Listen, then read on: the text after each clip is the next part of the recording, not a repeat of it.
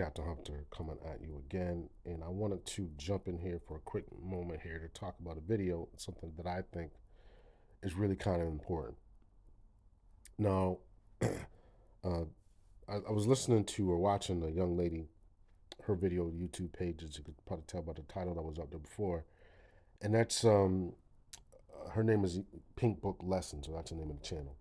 I'm sure that I'm sure her parents are naming her Pink Book Lessons, but I could be wrong. So anyway, so that's who she is when she talks about modern women versus traditional women, femininity, things along those lines. Trying to get more modern women to be more feminine, to understand the things that men want, and working along those lines. So I find that kind of content interesting. So she did a show about this brother here whose name is Young Joc. I think he's a DJ um, of a radio show, street morning radio show host, or something along those lines. And so what happened is this brother apparently got scorned. Now, again, according to her show, what she was trying to show was, I guess, he was giving his baby's mother child support, and because he was trying to give her she was giving her a certain amount of child support. He didn't cut back on the child support. None of it was court order. He just kind of just doing something, and then he says, decided, hey, I'm just doing a little too much based on my income and everything. So he's going to scale it back. Of course, she got used to that lifestyle and didn't want to scale back. As a result of that, as a result of it getting scaled back, um, as a result of it getting scaled back, she then the baby's mother then get mad and puts out all kind of reports on him and puts out warrants for his arrest. Of course, now he, being the young man that he is,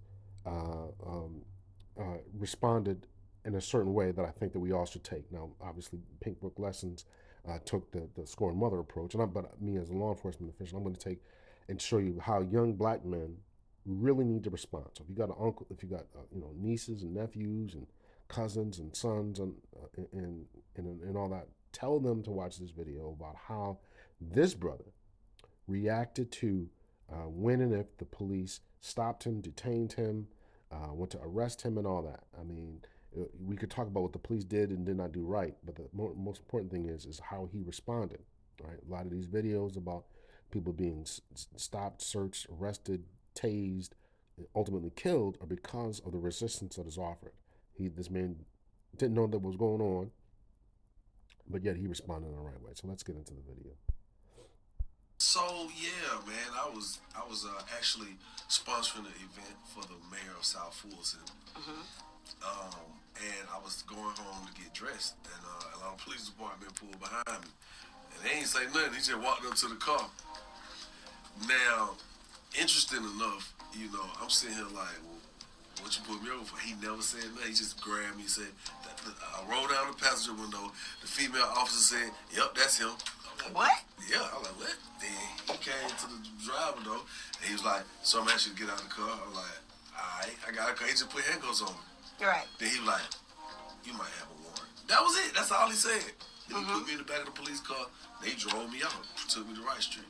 I mean, the pre-trial. No. But you can't tell people what they're being arrested for? You are supposed to. Did they read you your right? So, to that question, I don't know who the co-host is, but she's absolutely right. I mean, and it's a fair point.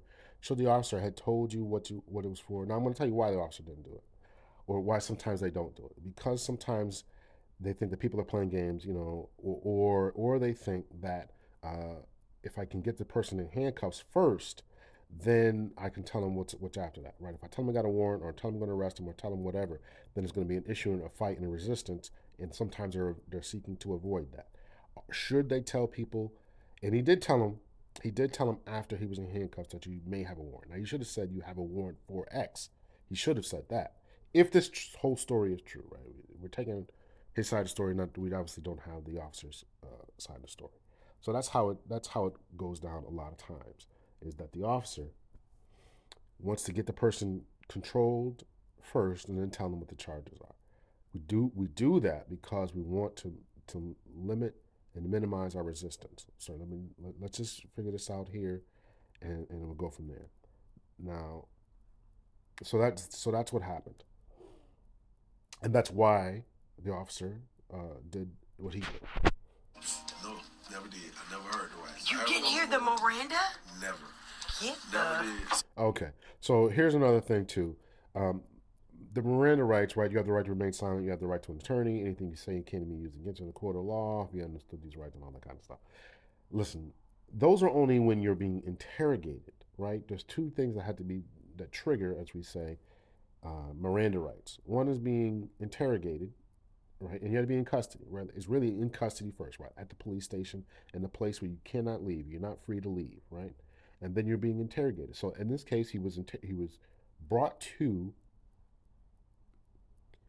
he was handcuffed, placed in the back of a police car. He's obviously not free to leave. And then but there's no interrogation going on. Interrogation going above and beyond what's your name, address, descriptors and how many kids you have and where do you work and all that kind of stuff. Interrogation being questions in furtherance or trying to gain information in furtherance of their investigation or the crime that you commit, right? So don't think that just because you get handcuffed, put in the car, that the officer has to do that. Depending on the state, depending on the jurisdiction, depending on whatever, it's not a necessary item. Don't get tripped up over that. Don't think you can file all kind of lawsuits over that. They don't have to do it. Forget about what you're watching on TV. You don't have to do it. So Anyway, I'm gonna just tell y'all what happened. So people are saying this child abandonment, and people are trying to say that that means you didn't pay child support. Well, that's definitely what child abandonment means. Okay. When you hear it like that, but in my case, that wasn't the case. So let's just say, without saying who the kid's mom is, because we're gonna keep that chill for a minute. So I've been paying so much money up ahead, right? Right. To stay ahead, not just to stay ahead because I didn't want no smoke, right? So I paid a lot of money up. Once I realized, I felt like, you know what? I don't have to pay you this much money. It wasn't that I realized, it came to the point, like, yo, I'm about to get married. I gotta take my time and put finances toward, my wedding. But I had spent so much money on child support for this particular child. Right. Now, that person got mad. The mother got mad and felt like, no, you're supposed to keep paying me this. I said, no, let's go to the lawyers. Let's get the attorneys involved, and we'll get a real, because we never established what I would pay per month. Okay. And let's just say I was paying her a salary. Okay. Let's just say that. I'm gonna be honest. This on my mom, okay? It's on all my kids' lives. I was paying her an upwards to $4,000 a month. Oh wow. Actually, $5,000 a month. I ain't really want to say that because I ain't want another kid mom to be going in on me after they hear this, but that's the truth. And while we were in the process of establishing all of my information, my documents, I need to see your contracts. I need, when you're a celebrity, they're going through everything when it comes to the attorneys. okay, so here this brother is saying that he is here this brother is saying that his decision to not tell one baby's not to put his business out there is because he got another baby's mother. Listen, you got to get yourself in control. I mean, to all brothers out there, young men out there, you got to get yourself in control. You can't just go around, quote unquote, shooting up the club every time that you are with a young woman. Not gonna. Now, this man is a man of obviously of means. He got means to be paying somebody $5,000 a month, $60,000 a year. And you got another baby's mother who's you paying her whatever you're paying her. So he's obviously got the means. If you don't have the means, you don't have the and the time and the energy, right, to put into these kids. It's not just about paying child support. To be in their lives effectively, consistently, then don't bring these kids into the world. Be careful. Wear the protection and all that kind of stuff. They're about to get rid of Roe v. Wade too, so you really, really got to watch it now. I mean, you boys out there, you young men out there, you better be careful. You better be careful. So when Christmas rolled around, I was like, look, we don't have an agreement. We don't have an agreement of what to pay. That's what we're trying to establish. So in the process of doing that, I said, well, hey, I give you $1,500 for Christmas. And the attorney said, no, that's not enough. So while my attorney and her attorney's going back and forth to establish this, they put this out on me. I didn't even know. I didn't even know I had a warrant, you know what I'm saying, for this. So here I am. I'm just living my life casually, still paying child support, you know what I'm saying? And suddenly they put out this child abandonment warrant because they did not want to accept the 1,500. So when I go to court, this gonna have to be reversed. It's gonna have to be taken off my record because there was no point in time where there was any abandonment. There was no point in time where there wasn't child support. You know what I'm saying? Okay. So that's it. Okay, so that, I'm gonna leave it right there myself. So I don't want to take too much from Pink Book Lessons. Go over to her page, or go over to this page wherever she got this at. But I thought that the law enforcement aspect was definitely worth talking about here, and how he handled it. Again, this is a man of means who has the ability to go get his lawyers.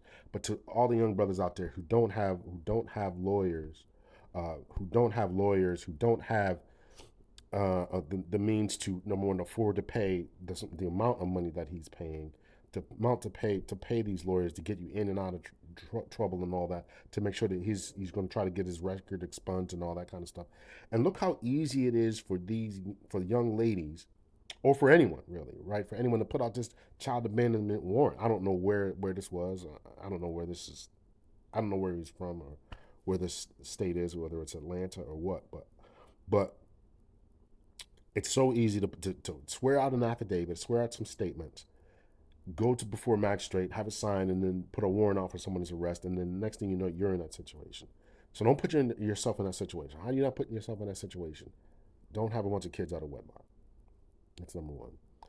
Have lawyers involved all the time. You can't stop somebody from saying whatever they're going to say.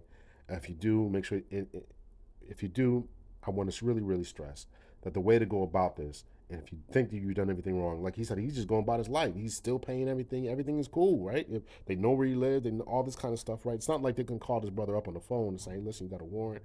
We don't go to his job." They stopped his brother on the highway, right? And so he got arrested on the highway, and according to him, the police were less than professional, although there was no swearing or anything like that. And he didn't fight. That's what another thing I want to stress about. Just we gotta handle this the right way.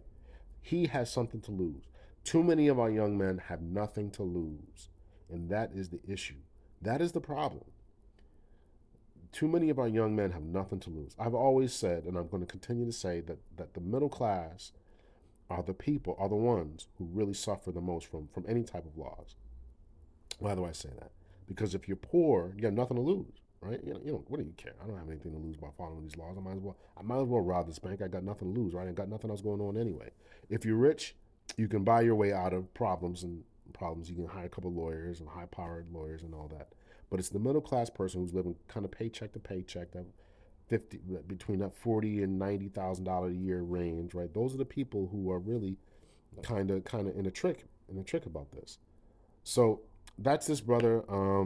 Shout out to Pink Book Lesson. Shout out to this brother, Yung Joc, because he handled this the right way. So that's it, ladies and gentlemen. There was a subscribe button up there. Make sure you guys do subscribe to me so you can get more of this content. I'm going to try to do some more reaction videos and all that. Much love and peace.